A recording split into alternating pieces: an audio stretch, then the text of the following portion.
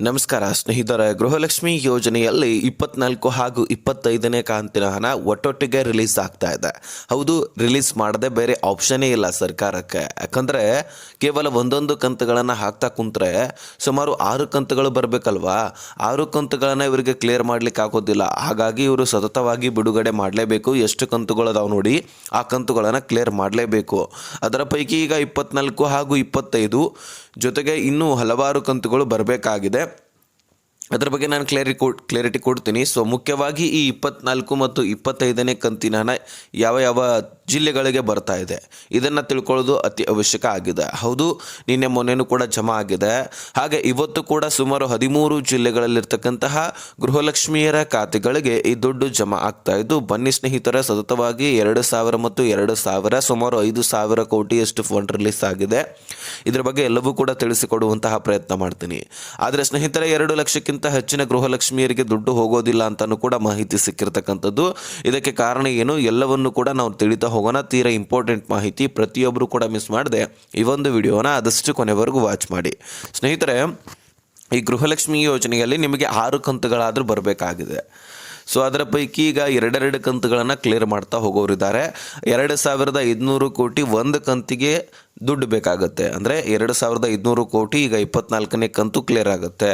ಇನ್ನು 2,500 ಕೋಟಿ 25ನೇ ಕಂತಿನ ಹಣ ಕ್ಲಿಯರ್ ಆಗುತ್ತೆ. ಹೀಗೆ 2 ಕಂತುಗಳನ್ನು 5,000 ಕೋಟಿಯಷ್ಟು ಫಂಡನ್ನು ರಿಲೀಸ್ ಮಾಡಿ ಕ್ಲಿಯರ್ ಮಾಡಲಾಗುತ್ತೆ. ಹಾಗಾಗಿ ಈ 5,000 ಕೋಟಿ ಹಣವನ್ನು ಇಲ್ಲಿ 4,000 ದುಡ್ಡು ನಿಮ್ಮ ಪ್ರತಿಯೊಬ್ಬ ಮಹಿಳೆಯರ ಖಾತೆಗಳಿಗೆ ಬರುವಂಥದ್ದು 5,000 ಕೋಟಿ ದುಡ್ಡಲ್ಲಿ. ಸೊ ಇದಷ್ಟೇ ಅಲ್ಲದೆ 26ನೇ ಕಂತಿನ ಹಣ ಅಂದರೆ ನವೆಂಬರ್ ತಿಂಗಳ ಹಣ, ಜೊತೆಗೆ 27ನೇ ಕಂತಿನ ಹಣ ಅಂದರೆ ಡಿಸೆಂಬರ್ ತಿಂಗಳ ಹಣ.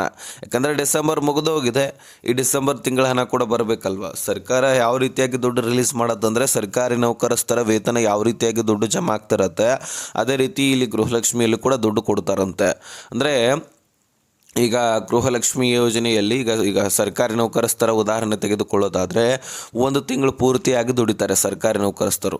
ತದನಂತರ ಏನು ಮಾಡ್ತಾರೆ, ಅದರ ವೇತನವನ್ನು ಮುಂದಿನ ತಿಂಗಳಲ್ಲಿ ಪಡ್ಕೊಳ್ತಾರೆ. ಅಂದರೆ ಈ ಜನವರಿನಲ್ಲಿ ಪೂರ್ತಿಯಾಗಿ ದುಡಿಮೆ ಮಾಡಿದ್ರೆ ಫೆಬ್ರವರಿನಲ್ಲಿ ಅದರ ವೇತನ ಪಡ್ಕೊಳ್ತಾರೆ. ಫೆಬ್ರವರಿನಲ್ಲಿ ಪೂರ್ತಿಯಾಗಿ ದುಡಿಮೆ ಮಾಡಿದ್ರೆ ಮಾರ್ಚ್ನಲ್ಲಿ ಅದರ ದುಡ್ಡನ್ನು ಪಡ್ಕೊಳ್ತಾರೆ. ಹೀಗೆ 1 ತಿಂಗಳ ಹಣವನ್ನು ಇನ್ನೊಂದು ತಿಂಗಳಲ್ಲಿ ವೇತನವನ್ನು ಪಡ್ಕೊಳ್ಳುವಂಥದ್ದು. ಸೊ ಅದೇ ರೀತಿ ರೂಲ್ಸು ಇಲ್ಲಿ ಕೂಡ ಅನ್ವಯವಾಗುತ್ತೆ ಗೃಹಲಕ್ಷ್ಮಿ ಯೋಜನೆಯಲ್ಲಿ. ಸೊ ಹಾಗಾಗಿ ಡಿಸೆಂಬರ್ ತಿಂಗಳ ಹಣ ಮುಗಿದೋಯ್ತಂದರೆ ಇದರ 1 ತಿಂಗಳ ಹಣ ಜನವರಿನಲ್ಲಿ ಕೊಡ್ತಾರೆ. ಆದರೆ ಇಲ್ಲಿ ಯಾವ್ಯಾವ ಕಂತುಗಳು ಪೆಂಡಿಂಗ್ ಉಳಿದಿದ್ದಾವೆ ಅದನ್ನು ನಾವು ನೋಡೋದಾದರೆ, 24 ಸೆಪ್ಟೆಂಬರ್ ತಿಂಗಳ ಹಣ, 25 ಅಕ್ಟೋಬರ್ ತಿಂಗಳ ಹಣ, ಜೊತೆಗೆ 26 ನವೆಂಬರ್ ತಿಂಗಳ ಹಣ, ಇನ್ನು ಡಿಸೆಂಬರ್ ಕೂಡ ಕೊಡಬೇಕು. ಹಾಗಾಗಿ ಡಿಸೆಂಬರ್ ತಿಂಗಳ ಹಣ 27ನೇ ಕಂತಿನ ಹಣ. ಹಾಗಾದರೆ 4 ಕಂತುಗಳು ಉಳಿದುವಲ್ಲ, ಇನ್ನು 2 ಕಂತುಗಳು ಯಾವುವು ಅಂತ ನೀವು ಕೇಳಬಹುದು. ಇನ್ನು 2 ಕಂತುಗಳು 2025 ಮಾರ್ಚ್ ಮತ್ತು ಫೆಬ್ರವರಿ ತಿಂಗಳ ಹಣ. ಹೌದು ಸ್ನೇಹಿತರೆ, ಫೆಬ್ರವರಿ ಮತ್ತು ಮಾರ್ಚ್ ತಿಂಗಳ ಹಣವನ್ನು ಸರ್ಕಾರ ಕೊಟ್ಟಿಲ್ಲ, ಯಾಮಾರಿಸ್ಬಿಡ್ತಾ ಅನ್ನುವಂತಹ ಪ್ರಶ್ನೆಗಳು ಕೂಡ ಈ ಹಿಂದಿನ ಚಳಿಗಾಲದ ಅಧಿವೇಶನದಲ್ಲಿ ಉಂಟಾಗಿದ್ವು. ಜೊತೆಗೆ ಸೋಷಿಯಲ್ ಮೀಡಿಯಾಗಳಲ್ಲಿ ನೋಡಿರಬಹುದು, ಲಕ್ಷ್ಮೀ ಹೆಬ್ಬಾಳ್ಕರ್ ಅವರು 5,000 ಕೋಟಿ ಹಣವನ್ನು ನುಂಗ ಹಾಕಿದ್ರ ಅಂತಕ್ಕಂತಹ ಪ್ರಶ್ನೆಗಳು ಕೂಡ ಉದ್ಭವ ಆಗಿದ್ವು. ಆದರೆ ಅವರ ಗಮನಕ್ಕೆ ಇರಲಿಲ್ಲವಂತೆ. ಸಚಿವೆ ಲಕ್ಷ್ಮೀ ಹೆಬ್ಬಾಳ್ಕರ್ ಅವರು ಹೇಳಿರ್ತಕ್ಕಂತಹ ಮಾಹಿತಿ ಪ್ರಕಾರ BJP ನಾಯಕರು ಕೂಡ ಸಾಕಷ್ಟು ಪ್ರಶ್ನೆಗಳನ್ನು ಮಾಡ್ತಾರೆ. ಹಾಗಾದರೆ ಈ ದುಡ್ಡುಗಳು ಎಲ್ಲಿ ಹೋಯಿತು, 2 ಕಂತುಗಳನ್ನು ಯಾಕೆ ಪೆಂಡಿಂಗ್ ಉಳಿಸಿದ್ರಿ, ಅದಾದ ಮೇಲೆ ಇಲ್ಲಿ ಕೂಡ ಪೆಂಡಿಂಗ್ ಉಳಿತಾ ಇದೆ, ನೀವು ಅಂತೂ ನುಡಿದಂತೆ ನಡೀತಾ ಇಲ್ಲ.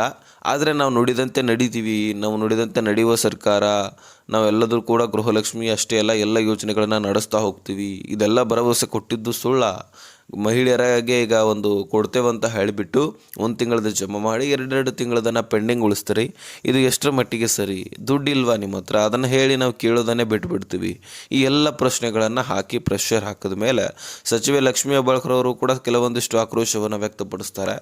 ನಿಮ್ಮ ಮಹಾರಾಷ್ಟ್ರದಲ್ಲಿ ಲಾಡ್ಲಿ ಬೇನ್ ಏನಾಯಿತು, ಅದರ ಬಗ್ಗೆ ನೀವು ವಿಚಾರ ಮಾಡಿ, ನಮ್ಮ ಬಗ್ಗೆ ಕೇಳಬೇಡಿ ಅಂತ ಹೇಳ್ತಾರೆ. ಯಾಕಂದರೆ ಮಹಾರಾಷ್ಟ್ರದಲ್ಲಿ ಒಂದು ಲಾಡ್ಲಿ ಬೇನ್ ಅಂತ ಅಲ್ಲಿ ಕೂಡ ದುಡ್ಡನ್ನು ಕೊಡ್ತಾರೆ BJP ಸರ್ಕಾರದವರು.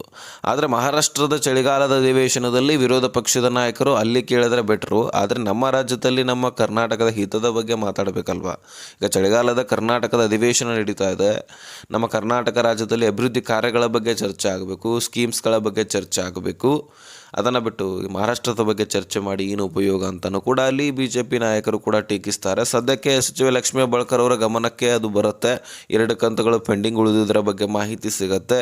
ತದನಂತರ ಅವರು ಕೂಡ ಒಪ್ಕೊಳ್ತಾರೆ, ಹೌದು 2 ಕಂತುಗಳು ಬರಬೇಕಾಗಿದೆ, ನಾನು ಕೂಡ ಅದನ್ನು ವಿಚಾರಣೆ ಮಾಡಿದ ತಕ್ಷಣ ನನಗೆ ಮಾಹಿತಿ ಸಿಕ್ತು.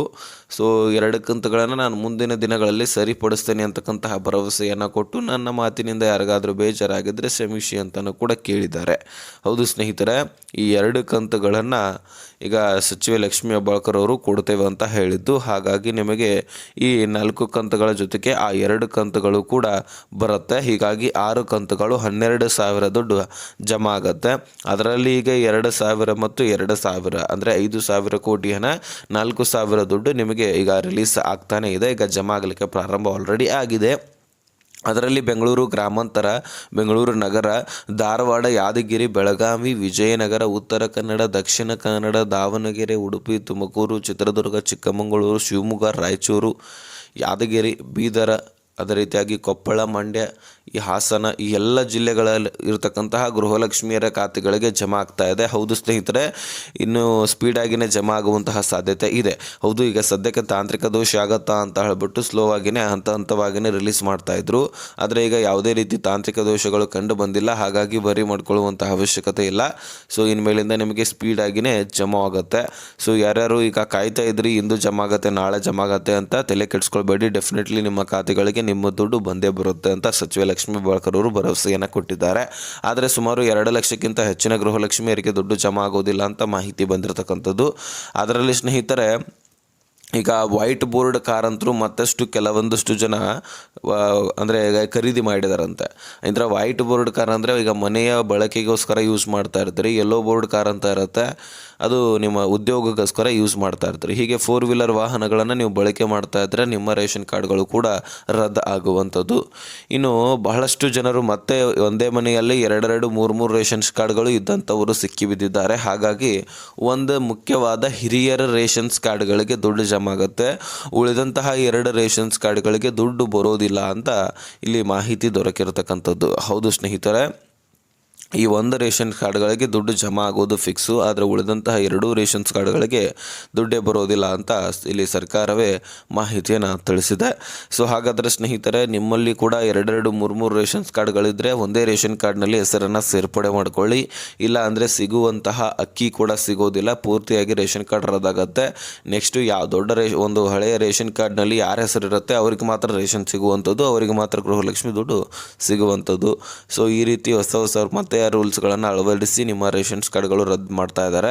ಇನ್ನು ಗೃಹಲಕ್ಷ್ಮಿ ಇದು ಒಂದು ರೇಷನ್ಸ್ ಕಾರ್ಡ್ನಲ್ಲಿ ಸಿಗ್ತಕ್ಕಂತಹ ರೇಷನನ್ನು ನೀವು ಮಾರಾಟ ಮಾಡ್ತಾ ಇದ್ದರೆ ಅದಕ್ಕೂ ಕೂಡ ನಿಮ್ಮ ಒಂದು ರೇಷನ್ ಕಾರ್ಡ್ ರದ್ದಾಗತ್ತೆ ಅನ್ನಲಾಗ್ತಾ ಇದೆ. ಹೌದು, ರೇಷನ್ ನೀವು ಯೂಸ್ ಮಾಡ್ತೀರಾ ಅಂತ ಕೊಟ್ಟಿರ್ತಾರೆ, ಅದನ್ನು ನೀವು ಮಾರಾಟ ಮಾಡ್ಕೊಂಡು ಬಿಟ್ಟರೆ ನಿಮ್ಮ ರೇಷನ್ ಕಾರ್ಡ್ಗಳು ಕೂಡ ರದ್ದಾಗುತ್ತೆ ಅಂತ ಸರ್ಕಾರ ಮಾಹಿತಿಯನ್ನು ಒದಗಿಸಿಕೊಟ್ಟಿರ್ತಕ್ಕಂಥದ್ದು.